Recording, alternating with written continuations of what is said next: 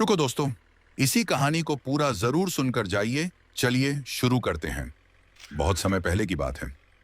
पहाड़ों और घने वनों से घिरे एक छोटे से गांव में लोग अत्यंत सादगीपूर्ण जीवन व्यतीत करते थे। गांव के समीप एक ऐसा जंगल था जहां सूर्य की किरणें भी बड़ी कठिनाई से भूमि तक पहुंच पाती थीं। ग्रामीणों का विश्वास था कि उस जंगल के मध्य एक विशाल बरगद का वृक्ष स्थित है। कहा जाता है कि वहां पर अपार धन सोना, चांदी, हीरे, मोती है, जिसकी रक्षा स्वयं वन देवता करते हैं। गांव के बुजुर्ग बच्चों को सदैव सावधान करते हुए कहते, जंगल में जाना, पर उस बरगद के पास कभी मत जाना। जो व्यक्ति लालच में वहां जाता है वह खाली हाथ नहीं लौटता, बल्कि कुछ न कुछ खोकर ही लौटता है। उसी गांव में 7 शिकारी रहते थे। वे शिकार कम करते थे और दूसरों का सामान लूटने का कार्य अधिक। गांव के लोग उनसे भयभीत रहते थे। सातों भाइयों में सबसे बड़ा रघु था। वह अत्यंत चतुर था, पर उससे भी अधिक लालची। एक संध्या रघु ने अपने भाइयों से कहा, मैंने सुना है कि उस बरगद के नीचे सोने चांदी का खजाना दबा हुआ है। यदि वह मिल जाए तो हमें जीवन भर परिश्रम नहीं करना पड़ेगा। हम जिंदगी भर बैठकर खा सकते हैं। सभी भाइयों ने उसकी बात मान ली। उन्होंने निश्चय किया कि वे अगली सुबह सूर्योदय से पहले ही जंगल पहुंचेंगे। परंतु उसी रात जंगल के किनारे रहने वाले एक वृद्ध साधु को एक विचित्र स्वप्न आया। स्वप्न में एक श्वेत हिरण उनके समीप आया और बोला, 7 लालची लोग कल जंगल का संतुलन बिगाड़ने आएंगे। उन्हें उचित शिक्षा देना, परंतु बिना घृणा के। प्रातः होते ही साधु बरगद के पास पहुंच गए। वे वृक्ष के नीचे बैठकर ध्यान मग्न हो गए। कुछ ही देर बाद सातों शिकारी कुल्हाड़ियां और फावड़े लेकर वहां पहुंच गए। रघु ने ऊंचे स्वर में कहा, बाबा, कृपया हट जाइए, हमें यहां खुदाई करनी है। साधु मुस्कुराए और बोले, बेटा, इस वृक्ष के नीचे सोना नहीं, मनुष्य की नीयत दबी होती है। जिसकी नीयत शुद्ध होती है उसे आशीर्वाद मिलता है। जिसकी नीयत लालच से भरी होती है उसे केवल पश्चाताप प्राप्त होता है। रघु उपहास करते हुए बोला, हमें उपदेश मत दीजिए। उसने अपने भाइयों को खुदाई आरंभ करने का आदेश दिया। जैसे ही पहली फावड़ी भूमि में ढंसी, पूरा जंगल एक विचित्र ध्वनि से गूंज उठा। वृक्षों पर बैठे पक्षी एक साथ उड़ गए। हवा तेज चलने लगी।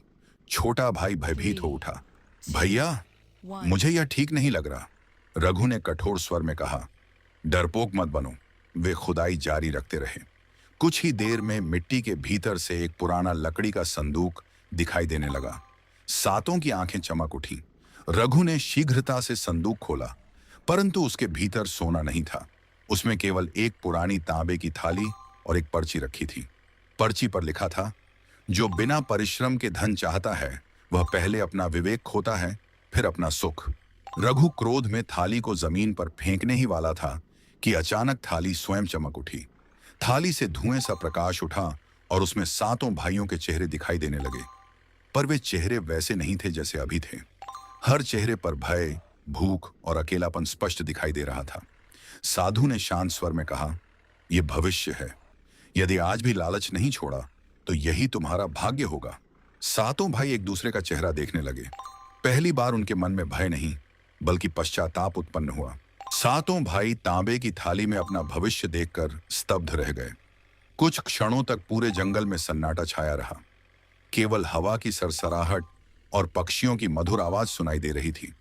ऐसा लग रहा था मानो स्वयं प्रकृति भी उनके निर्णय की प्रतीक्षा कर रही हो। सबसे छोटे भाई की आंखों में डर साफ दिखाई दे रहा था। उसने कांपती आवाज में कहा, भैया, शायद बाबा सच कह रहे हैं। हमें यहां से लौट चलना चाहिए। लालच का रास्ता कभी अच्छा नहीं होता।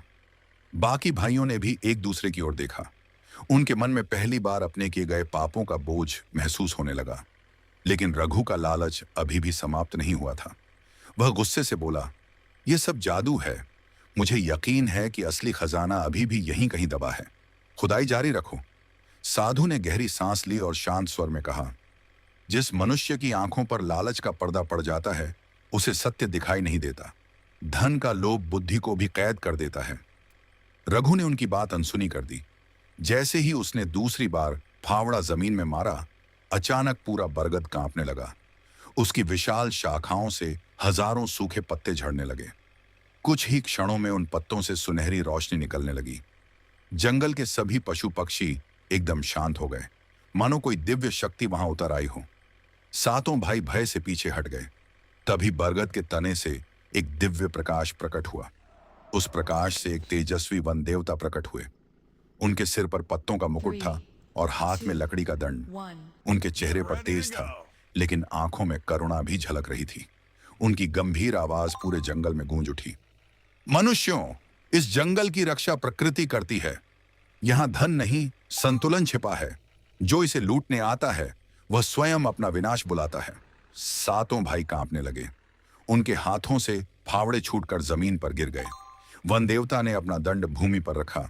उसी क्षण सातों भाइयों के सामने सोने के 7 घड़े प्रकट हो गए। उन घड़ों की चमक इतनी तेज थी कि पूरा जंगल मानो सूर्य की रोशनी से भर गया। रघु खुशी से चिल्लाया, देखा, मैंने कहा था ना कि यहाँ खजाना है। वह घड़े की ओर दौड़ा, लेकिन जैसे ही उसने घड़े को छुआ, वह सोना सूखे पत्तों में बदल गया। दूसरे भाई ने दूसरे घड़े को छुआ, वह भी राख बन गया। एक एक करके सभी घड़े गायब हो गए। अब वहां केवल खाली मिट्टी बची थी। रघु घुटनों के बल बैठ गया। उसकी आंखों से पछतावे के आंसू बहने लगे। उसे पहली बार एहसास हुआ कि लालच ने उसे कितना अंधा बना दिया था। उसने सिर झुकाकर कहा, बाबा, हमें क्षमा कर दीजिए। हमने लालच में आकर बहुत गलत किया। साधु मुस्कुराए। क्षमा मांगना आसान है, लेकिन सच्चा प्रायश्चित कर्म से होता है। मनुष्य अपने कर्म बदलकर ही अपना भाग्य बदल सकता है। वन देवता ने कहा, यदि तुम सचमुच बदलना चाहते हो तो अगले 1 वर्ष तक इस जंगल की रक्षा करोगे। एक भी पेड़ बिना आवश्यकता नहीं कटेगा, और जो भूखा मिलेगा उसे भोजन दोगे। याद रखना, सेवा से बड़ा कोई धर्म नहीं होता। सातों भाइयों ने हाथ जोड़ दिए। हम वचन देते हैं। उस दिन के बाद उनका जीवन पूरी तरह बदल गया। वे सूर्योदय से पहले जंगल पहुंच जाते, टूटे हुए पौधों को संभालते, नए वृक्ष लगाते और जंगल को साफ रखते। घायल हिरणों, पक्षियों और अन्य पशुओं का उपचार करते। रास्ता भटके यात्रियों को सुरक्षित गांव तक पहुंचाते और गरीबों को भोजन व कपड़े देते। धीरे धीरे लोगों का भय समाप्त हो गया। जो गांव कभी उनसे डरता था, वही अब उनका सम्मान करने लगा। बच्चे उन्हें देखकर मुस्कुराने लगे और बुजुर्ग उन्हें आशीर्वाद देने लगे। गांव में पहली बार शांति और विश्वास का वातावरण बन गया। पूरा 1 वर्ष बीत गया। एक सुबह सूरज की पहली किरण बरगद पर पड़ी तो वही दिव्य प्रकाश फिर प्रकट हुआ। वन देवता मुस्कुराते हुए बोले, आज तुमने सिद्ध कर दिया कि मनुष्य का सबसे बड़ा खजाना सोना नहीं, उसका बदला हुआ चरित्र है।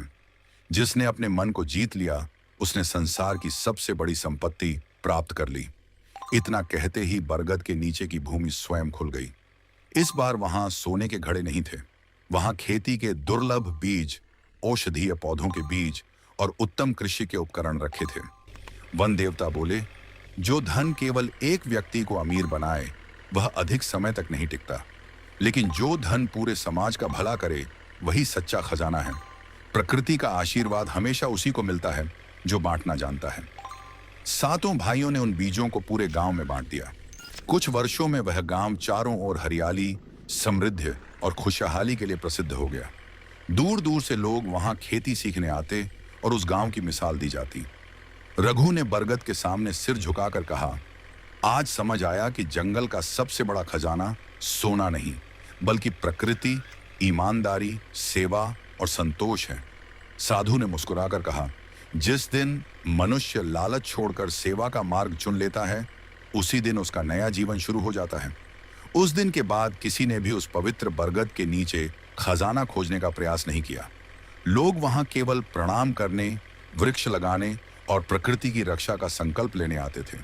सीख, लालच मनुष्य को अंधा बना देता है, लेकिन ईमानदारी, परिश्रम, सेवा, संतोष और प्रकृति का सम्मान ही जीवन का सबसे बड़ा खजाना है।